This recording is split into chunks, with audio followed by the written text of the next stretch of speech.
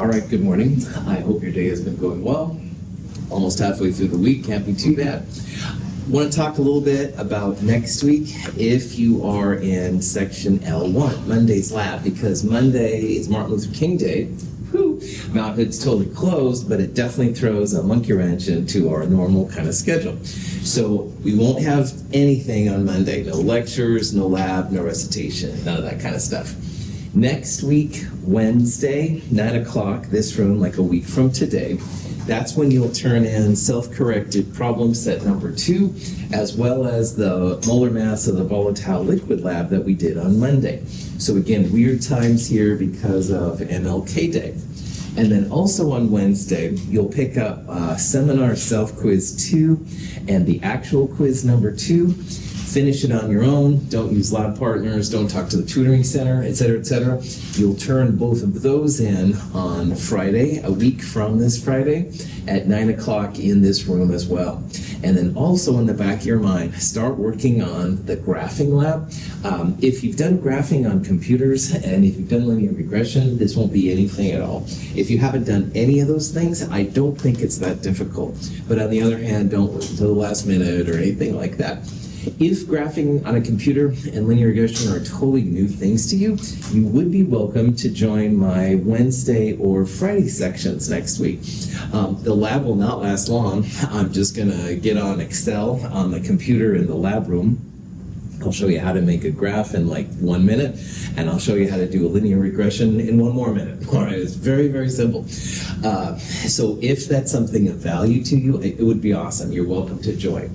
That would be next week, Wednesday or Friday. It would be about 3 o'clock in 2507. But it's totally optional. I have that lab video for you that you can watch, so I think that will be pretty chill. Just another tool that you can use if you want to. Any questions? Any of that kind of stuff? Sweet. All right, back to gases. All right. Gases were where chemistry started, and that's really strange because gases are so hard to control. A leaky valve or a hose with a small cut in it, and all of a sudden your gas sample is gone. But a lot of the modeling, the precision, the accuracy, measurements and stuff started with gases. So it's kind of an interesting thing.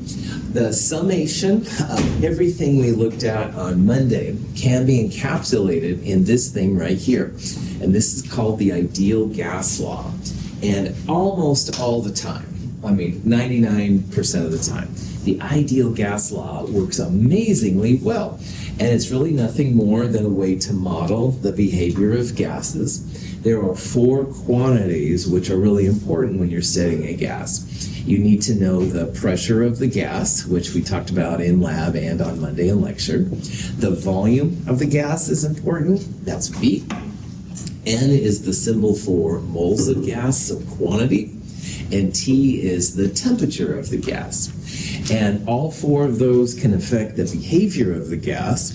They're all kind of kept in line, if you will, by what's called the ideal gas law constant, or the gas constant. Gets the symbol capital R. The value we're going to use in this chapter for gases is 0.082057 liters atmospheres per mole Kelvin. Make sure you use that value of R, all right? If you use other values of R, you're going to get different results. If you look online hard enough, you'll find other versions of R. There's still questions as to what the best value is. But this is the one we're going to use. It's the one I expect you to use, et cetera, et cetera. Now, later on, we will use another form of 0.082057. But there's a way, we won't get into it now, you can turn liters atmospheres into joules, which is a type of energy. So later on, I'll talk about what I call the energy R. That value was 8.3145. But for right now, for this section, this is going to be the moneymaker. It's the one we'll use in the lab from Monday. Pretty handy kind of thing. And it's by far the most important one because you can have some of the Boyle's law, Charles' law, the things we talked about on Monday, definitely. But most of the time, you've got more than 2 of the things changing. And that's why the ideal gas law is pretty cool. Questions on any of that stuff? So here's an example of how we could use the ideal gas law. Let's say we have a room that we want to fill with nitrogen for some reason. The room has cubic feet, but we don't want to ever use imperial units if we can get away with it. So the volume is 2.70 times 10 to the fourth liters, all right? The pressure is 745 millimeters of mercury, and it's about room temperature 25 degrees Celsius. We can figure out the quantity of nitrogen, the moles of nitrogen, using this expression. We will need to use R, which again is 0.082057. But what we're going to do is we're going to solve for moles of gas, N, and we're then going to go on and convert it to other things. So R has liters, atmospheres, moles, and Kelvin. We're going to be solving for moles. All right, so that one's okay. But if you look at these other units, we have a volume in liters, which is cool, all right? So the liters there, good to go. But for pressure, you can see we've got millimeters of mercury and atmospheres. And you have to have the units cancel out if you're going to make the ideal gas law work. We've also, of course, got Celsius, and we have Kelvin there. So we're going to have to convert the pressure to atmospheres, and we'll have to convert the temperature from Celsius to Kelvin. So the volume, like I said, is good to go. Don't use that cubic feet thing. That would be horrible. Anyway, 25 has a doubtful digit of the 1 spot. The 5 is where it stops. So we can use 273.15 or just 273 because, again, everything stops at the 1 spot. 298 Kelvin would be the Kelvin temperature. Remember that sometimes when you add and subtract, you can end up with more sig figs, which is what we're seeing here. Sometimes you end up with less sig figs. Joy of sig figs. Anyway, a millimeter of mercury is one type of unit that's used a lot with pressure. A millimeter of mercury is also known as a torr. So if you would have seen 745 torr, that would have been 745 millimeters of mercury. But torr or millimeters of mercury, there are 760 of them in an atmosphere. So you can see what we've done here. If you take 745 and you essentially divide it by 760, the millimeters of mercury are gone. You've got atmospheres, 3 sig figs to 3 sig figs, 0.980 atmospheres. Any questions on any of that? Again, for pressure, the important conversions are millimeters of mercury to atmospheres, 760 millimeters of mercury per atmosphere. A torr is the same as a millimeter of mercury. So if you saw 760 torr, that would be 760 millimeters of mercury. And the other one, which we're not using in this slide, though, is the millibars, which we used in lab, 1,013 millibars per atmosphere. If you know those, all the other ones we can look up and stuff like that. Okay, so we got the volume in liters, temperature in Kelvin, pressure in atmospheres. When we got the R value, we are ready to solve for moles. So it's PV equals N RT. We're going to solve for N, so that means we'll divide both sides by RT. So N equals PV over RT. We can then solve for N. So here's the pressure in atmospheres. Here's the volume in liters. Here's our crazy R constant, and here's the Kelvin temperature. Now, atmospheres over atmospheres cancel, liters over liters cancel. Kelvin on the top here cancels the Kelvin in the denominator there. And in the bottom, we have 1 over moles in the denominator. And if you put it in the numerator, the top, it becomes regular moles. Woohoo! So figure all this out, turn it into moles, 1.08 times 10 to the third moles of N2. Now, most people don't know what moles are, which is fine. So the cool chemist can first turn moles of N2 into grams of N2. 28.01 would be the grams per mole. However, this would take so much nitrogen, I'm also converting it over into kilograms. So there are 1,000 grams in a kilogram. So 28.01 times 10 to the minus third is a cheesy way to figure out the kilograms per mole. you can tell the powers that be that you're going to need 30.3 kilograms of N2. So you want to fill this room to that pressure at that temperature, pump in 30.3 kilograms of nitrogen, you are good to go. Any questions on the process? Gases are used quite a bit in chemistry, and you will hear once in a while in this class and outside of this class about STP. And STP stands for standard temperature and standard pressure.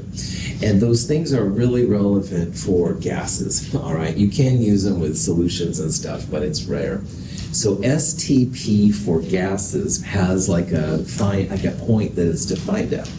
And standard pressure is exactly 1 atmosphere, and standard temperature is 273.15 Kelvin.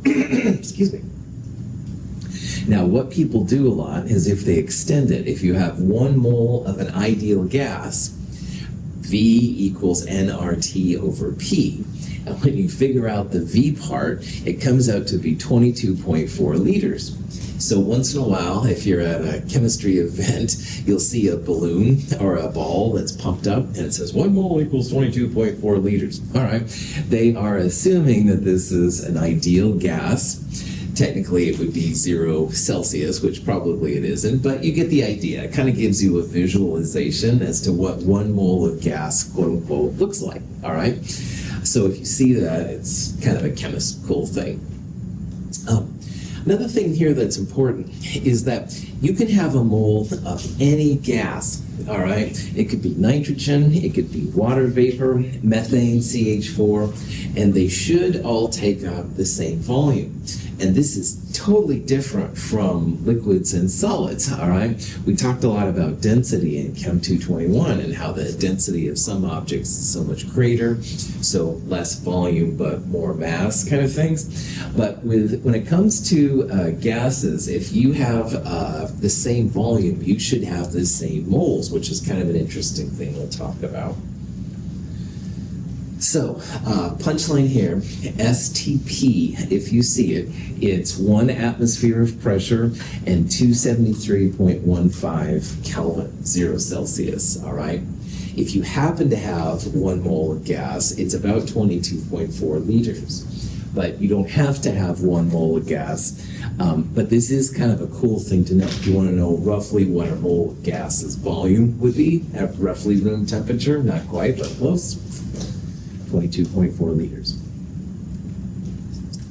Any questions? Here's a question that's kind of interesting, if you're a chemist anyway. In this question, Spock, Star Trek, wants to stun Khan and his henchmen. All right, so a little bit of backstory here. In the old Star Trek, that's where Khan was one of the bad guys. He almost took over the ship. In Star Trek 2, Khan came back. Anyway, if you're not into that, don't feel like you have to be into it. But anyway, that's what I'm referring to. In the first Star Trek, he used they called neural gas. Who knows what that is, but anyway, it knocked out most of Khan's men except for Khan. So anyway, he has to use apparently 2 moles of neural gas to stun Khan and his henchmen. What would be the volume of Spock's gas at STP? All right, so again, totally silly, but a mole of gas at STP would be 22.4 liters. So if you'd have 2 moles of gas, it would be twice that volume, 2 times 22.4, 44.8 liters.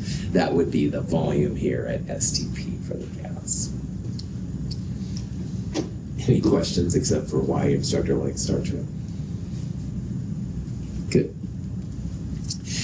But there's more you can do with the ideal gas law. So PV equals nRT is kind of the main equation that can be used, but there's another way that you can rewrite the ideal gas law that's super, super helpful. So PV equals nRT is really cool. Excuse me. What we're going to do here is we're going to put volume on the other side and put RT on the other side. So we're first going to divide both sides by V, all right? So we're going to get N over V, because we're also going to divide both sides by RT. So we end up with N over V equals P over RT. And you're like, oh, well, that's really interesting. Well, moles usually comes from the fact that you have so much mass, so many grams, and you divide it by the molar mass of the gas. So for example, methane is about 16 grams per mole. If you had 8 grams of methane, 8 divided by 16 would be half of a mole. So instead of having the moles, this is like a first step in order to get it that way. So it's mass over molar mass over volume equals P over RT. And you're like, wow, that's really cool, Russell. Well, here's the cool thing about it. Little m over V is a density. All right, density is usually grams per milliliter, or grams per liter, something like that. It's a mass over volume. And if you rearrange this then, you get density of the gas equals PM over RT. And okay, that's kind of interesting, but here's what's really cool to chemists. The molar mass of your gas is proportional to the density of the gas. So as your molar mass gets bigger, your density of your gas will get bigger. And smaller molar masses will have smaller densities. So PM equals DRT is the way this thing is usually written. Some of my students in the past have called it the evening, PM not AM, the evening dirt equation. Whatever works for you is cool. But anyway, you'll actually be able to predict then how dense some gases are. So real big molar mass gases will have a really big density. On the other hand, really small gases, helium, hydrogen, stuff like that, they'll have very low density. And even though they're gases, more dense things will go to the bottom and less dense things will go to the top. Now, we're breathing air right now, at least most of us. Anyway, and breathing air has a density. The molar mass is about 29-ish grams per mole, all right? So if you have a molar mass which is greater than that, it's going to go to the bottom. It's going to be more dense. On the other hand, the lighter gases, for example, helium, hydrogen, stuff like that, they're going to go to the top. So there's actually a lot of pretty cool uses for the density equation here. Gas density is usually in grams per liter.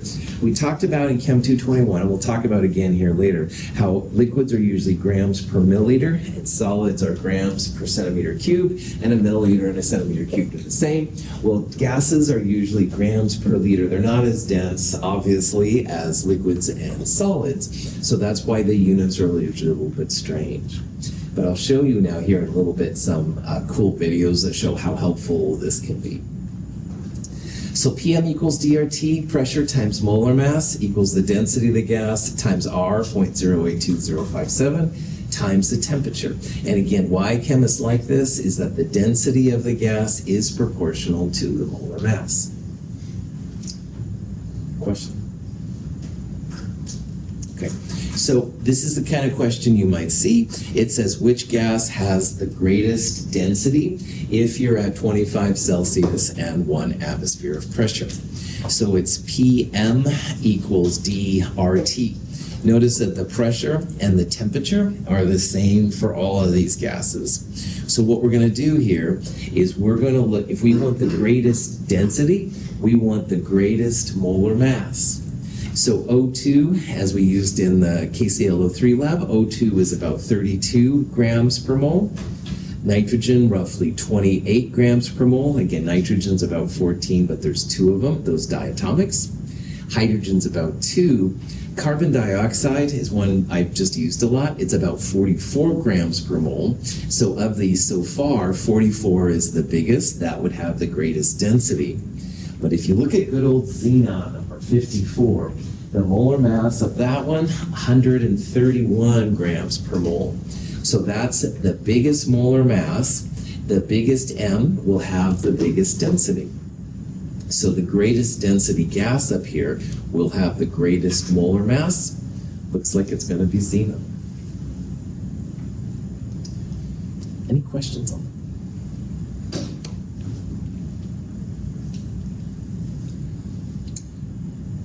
Clean vapor is roughly 5 times more dense than air.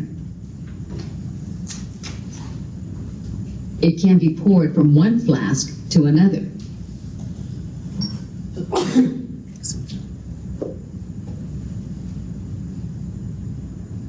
The density of bromine, like that of all gases, is directly proportional to the molecular mass of its molecules in the gas phase. I promise to show you something really cool as long as you promise not to try it at home, okay? Okay. Now, everyone wants to know why my voice sounds higher when I inhale helium. Well, simple fact is that helium is 6 times less dense than air, which means sound waves travel through it much faster, which makes my voice sound much higher. Now, the same effect can be achieved in reverse if I inhale something like Sulfur hexafluoride, which is 6 times denser than air. I inhale some of that. And my voice gets really low, although somehow I'm still funny. It's scientific! Here's the secret. Hold on to it here like this. You hold on to that end. Okay, ready? Let's just set it in here like this. And we're going to let go. Ready, set, let go. It's floating on a sea of sulfur hexafluoride. So cool. Does that look like magic or what? All right, so I want you to sink the ship. Ready? Reach down here and scoop up some gas. Does that feel dumb that you're scooping up gas? Now pour it in here. Did you see that? Do it again. Scoop up some more gas. Now slowly pour it inside. You see it? There it is. Yes. You sank it. All right, so to prove. These are just silly videos, but it shows how the difference in gases can make a big difference in what you're doing. Helium makes your voice go really high like a chipmunk. And not that I've ever tried it, and don't do this at home either, but if you ever do helium, you sound like a chipmunk. Anyway, no need to get it. Anyway, sulfur hexafluoride, all right, is SF6, a real heavy gas. I listed the molar mass there earlier. I can't remember what it is. But anyway, if you do a heavier gas than oxygen, so helium is lighter. Oxygen's, 32 grams per mole. Helium would be 4 grams per mole. Well, SF6 is more than 100 grams per mole. So instead of making your voice go higher, it makes it go lower. So that guy in the video, that wasn't a special effect or anything. That was actually the effect of ingesting SF6. And you like this for a while, it'll get the SF6 out of your body and you'll sound normal again. But it's pretty cool. You can literally pour gases. So in the very first video there, it showed pouring bromine, all right? Bromine is a pretty heavy gas too. Before I took chemistry, I thought, oh yeah, gases, they'll go in the air and stuff. A little bit more to it than that. The heavier masses will actually sink, like they'll sink this aluminum ship it was floating on. You can actually pour them like liquids, if you will. Pretty cool kind of stuff. So anyway, gases are maybe a little bit more interesting than most people had thought of. If the molar mass is heavier than air, and air is roughly 30-ish grams per mole, roughly, all right, then your balloons will sink, all right? It's only the heliums and the hydrogens and stuff like that balloons that will actually go higher up and go into the atmosphere.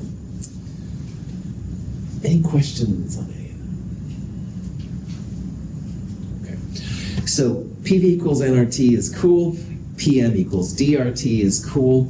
In lab, if you had lab with me on Monday or lab whenever we have it, this is the expression that we used. It was something like M equals MRT or GRT over PV. Different ways to say it. This is a real cool way to find the molar mass of the gas. Excuse me. So in our lab, if you had it with me on Monday, you heated the flask, and the difference after heating minus empty, that's the M, the grams of the leftover stuff. R is still the gas constant. Temperature was the temperature of the boiling water, because that's when all of your liquid had turned into a gas. Pressure is the atmospheric pressure that you use the little blue box to record. And then V was the volume of the flask, because at the temperature that it boils, that's the volume that it occupied. So this is actually another one that's used. It's up to you like which ones you think are the most useful. The PM equals DRT is definitely cool for certain kind of applications. Any questions? In Chem 221, we did empirical formula to molecular formula calculations. And to go from the empirical formula to the molecular formula, you needed the molar mass. Well, this is the first way that we've been able to see, in our class anyway, of an experimental way to find the molar mass. And so it's kind of a big thing for chemists. It's cool to have mechanical means, electronics, instrumentation, stuff like that, but it's also nice to verify with an actual experiment that you have what you have.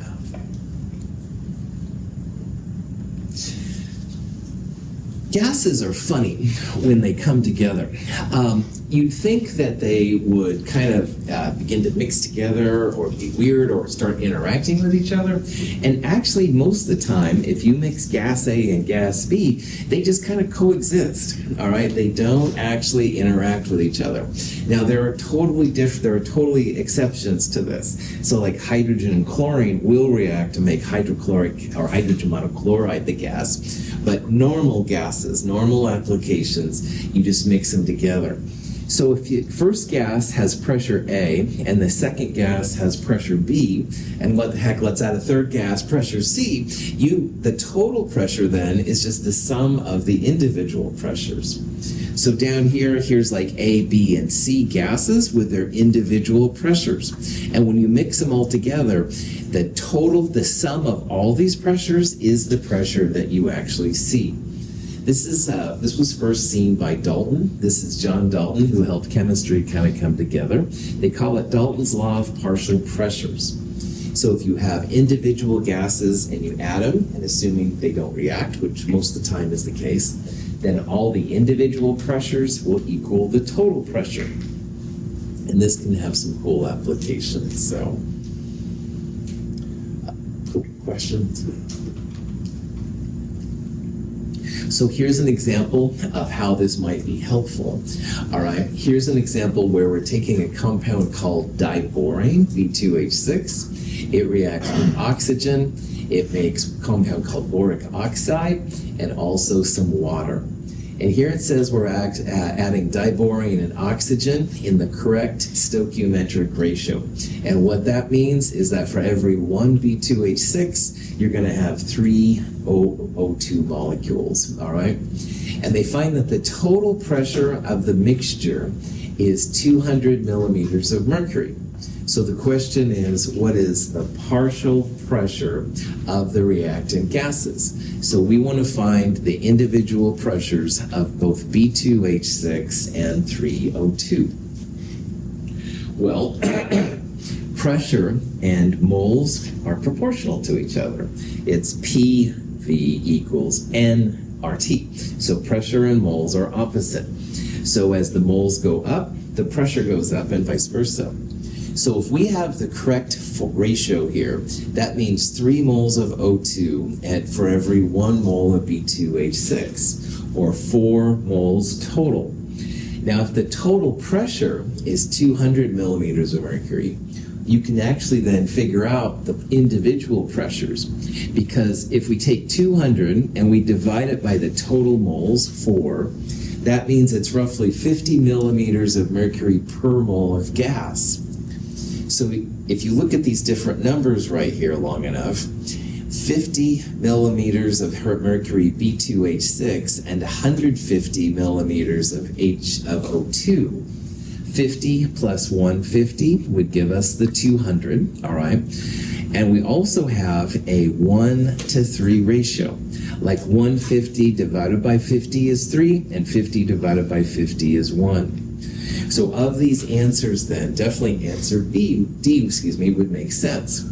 Because we have a total of this pressure, 200, 50 plus 150 is 200, but we also have a 1 to 3 ratio. Like for every 50 millimeters of mercury here, there's going to be 150, 1 to 3, or 50 to 150 ratio. So Dalton's law can be kind of cool for these reasons. Any questions on that problem? Where this is really helpful is if you do a gas reaction over water, because we're going to see here coming up in a couple chapters that water actually has a little bit of pressure over it. They call it vapor pressure, and vapor pressure is really important. So if you have a reaction and you collect some kind of gas over water, you have to compensate for the pressure of the water, the vapor pressure of the water. So this graph right here is pressure versus temperature for water. And the curve here shows the vapor pressure at each temperature. So notice down here at 20 Celsius, you've got some pressure, but at 40 Celsius, you've got more. 80 Celsius, you've got quite a bit. And then at 100, you've got quite a bit of pressure indeed. So as your temperature goes up, the contribution of water to your pressure goes up as well. So let's say that we're collecting in this little flask like here, maybe hydrogen gas, oxygen gas, whatever. You can figure out the pressure inside there, but you need to subtract the pressure of water. All right, water is a component. The total pressure that you're going to measure is going to equal water plus H2O. Now, we didn't have to worry about that in lab on Monday because the gas was in a separate flask. It wasn't like water in the flask we had to compensate for.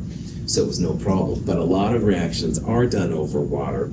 Just subtract out the water. You can find the vapor pressure values for water at different temperatures in table. That handbook of chemistry and physics that we use a lot of times for the density of water will also have a vapor pressure of water table. And it'll list different Celsius temperatures, and you can then find the corresponding vapor pressure of water. So if you collected, say, 1 atmosphere, if you have 1 atmosphere total, you would subtract the water first from it to get the pressure of just what you're looking for. Question? We're going to come back to vapor pressure in chapter 10. It's pretty important, but for right now, if we want the pressure of just the gas we're looking for, like hydrogen, we're going to have to subtract out the water in order to get a true value. All right. You can also use stoichiometry in gases, so all the grams, moles, grams things can be used. Usually for gases, you'll take pressure, volume, temperature, whatever, to find moles, to go moles to gram, stuff like that. But there are some uses for it. So this is just an example to show how this works. Hydrogen peroxide you buy in a brown bottle, keep it in the refrigerator because H2O2 does break down over time into water and oxygen. So if we have 1.1 grams of H2O2 and we want to totally break it down, all right, we could add a catalyst like MnO2 like we did in the KClO3 lab. You could add a catalyst. And if all of that 1.1 grams breaks down, we'd like to know what the pressure of the oxygen is and also what the pressure of the water is. Now, H2O2 at room temperature is a liquid. Ideal gas law, only for gases. So what we're going to do here first is we're going to take grams of H2O2 and just turn it into moles of H2O2. That'll give us the moles of our liquid. Then we'll use stoichiometry, which means we'll use a 2-to-2 ratio when going from H2O2 to water, or we'll use a 2-to-1 ratio when we go from H2O2 to oxygen. That'll allow us to find the moles, the N. And then we can use pressure is what we're looking for, so P equals nRT over V. We have the N from the stoichiometry. We can turn Celsius into Kelvin for temperature. We've got the liters. We've got R. Everything we need, man. This little beetle uses hydrogen peroxide apparently to like spray. Now I don't know a lot about anything in biology basically, but this little beetle, the propulsion, if you will, comes from hydrogen peroxide inside. And as it breaks down, the liquid, which would be easier to store, is turned into quite a bit of gas, quite a few moles of gas. So I'm sure it would shoot out pretty good if you could make it happen. Hydrogen peroxide is used in rockets, rocket clubs and stuff. I don't know if they still do that, but that was a fuel a lot of times they'll check out. All right, so in the problem, we're gonna first, in this example, solve for the pressure of the O2, all right? But if you wanted to solve for the pressure of water first, that's totally fine, all right? I'm just doing oxygen first here, kind of as an example. First thing you've got to do is figure out the moles of the liquid, moles of H2O2. And once you have that, you would have moles of H2O2 to moles of one of these. And again, I'm going to do oxygen first, but there's no problem. You could do water first if you wanted to. Hydrogen peroxide to oxygen is a 2-to-1 ratio. And again, that stoichiometry just comes from the balanced reaction. 2 right there, 1 right there. So we'll multiply by 1/2 essentially. That'll get us to 0.016 moles of oxygen. Now once we have the moles of gas, PV equals nRT pops in. We'll solve for P. P equals nRT over V. So you can see we just took the moles of gas in there for N. There's good old R, 0.082057.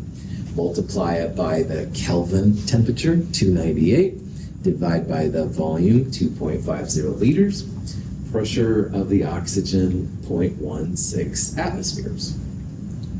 So your 1.1 grams of H2O2 will create 0.16 atmospheres of oxygen. Any questions on that? Hopefully you can see why the 0.082057 number is going to be so important, and that's why I'm pushing it. We're going to use it all the time. I don't know if I recommend getting a tattoo of it. However, you will use it a lot, so make sure you've got it ready to go and stuff. So. Questions? Now, there's another product though, water as well, and there are a couple ways you could figure out the pressure of the water, all right? And the classic way would be to take the grams of H2O2 again, turn it into moles. 2 moles of H2O2 are going to create 2 moles of water, or it's 1-to-1. So moles of H2O2 equal moles of water. Moles times R times Kelvin temperature divided by volume would give you the pressure of your water. However, Dalton's law says that the individual pressures are just the sum, make the sum of the total pressure. And more importantly, pressure is proportional to the moles. So like that B2O3 oxygen example, we had a 3-to-1 ratio because the stoichiometry was 3 moles of O2 for every 1 mole of that B2, or B2O4, or whatever it was. Anyway, in this problem, for 1 oxygen is created for every 2 waters. So it's a 1-to-2 ratio of the products. Well, if the oxygen was 0.16, you could say 1 mole of O2 for every 2 moles of water, or there's a 2-to-1 ratio. So all you really have to do is just take the oxygen example and multiply it by 2. This is the joy of stoichiometry. As you have twice as many moles come off, you'll have twice as much pressure. So the pressure of the water would be actually 0.32 atmospheres. Now there's nothing wrong with going grams to moles, H2O2 to moles of water, and then nRT over V, you will get the same answer, all right? However, I'm trying to share with you all my tricks. 1-to-2 in moles is also 1-to-2 in atmospheres, all right? Because that one reactant is making products. So your pressure is proportional to the moles. Questions on that? The total pressure in this system would be the sum of the 2 individual pressures. So 0.32 from the water, 0.16 from the oxygen. Add those up together, 0.48, all right? And again, because of that 2-to-1 ratio, there's like 3 moles total. So if you took the total pressure, divided it by 3, you get 0.16. That would be the pressure of just the oxygen, and 0.16 times 2, or 0.32, would give you the pressure of the water. So these are the kind of tricks you can play with this stuff. Just something to keep in the back of your mind as we go through. Any questions?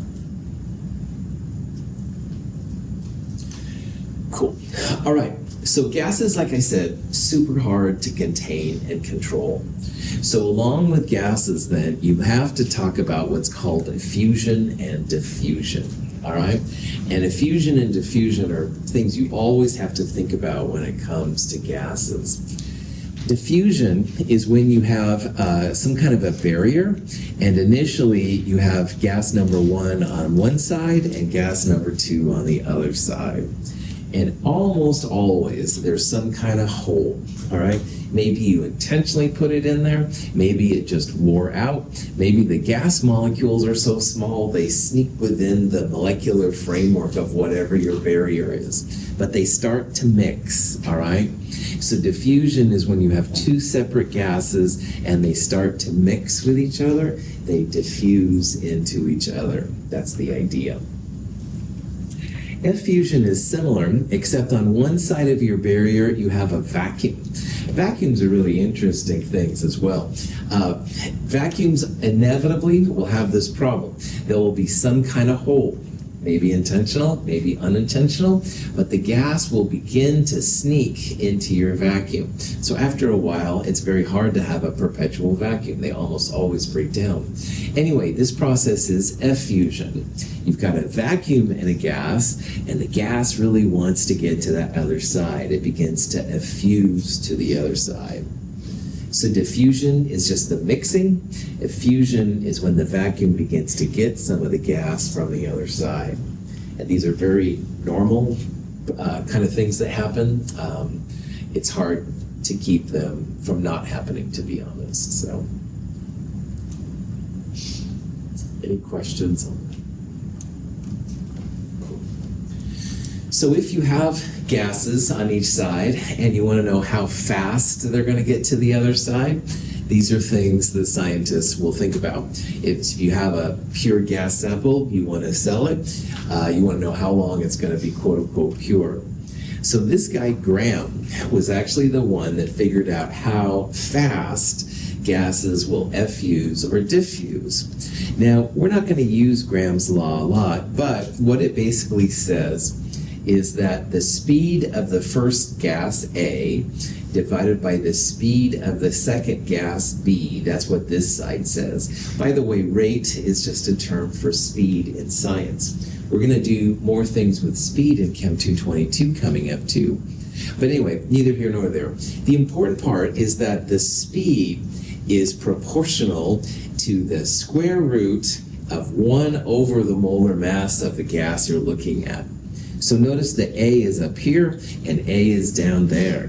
What it's saying is that the speed that A is going to diffuse or infuse depends on 1 over the molar mass. Technically it's 1 over the molar mass, but we don't need, or square root of 1 over the molar mass, but whatever. So what that means is that heavy gases, big gases, will have very slow speeds of effusion and diffusion. On the other hand, your really small molar mass gases, helium, hydrogen, that kind of stuff, they're going to have really fast speeds of getting through.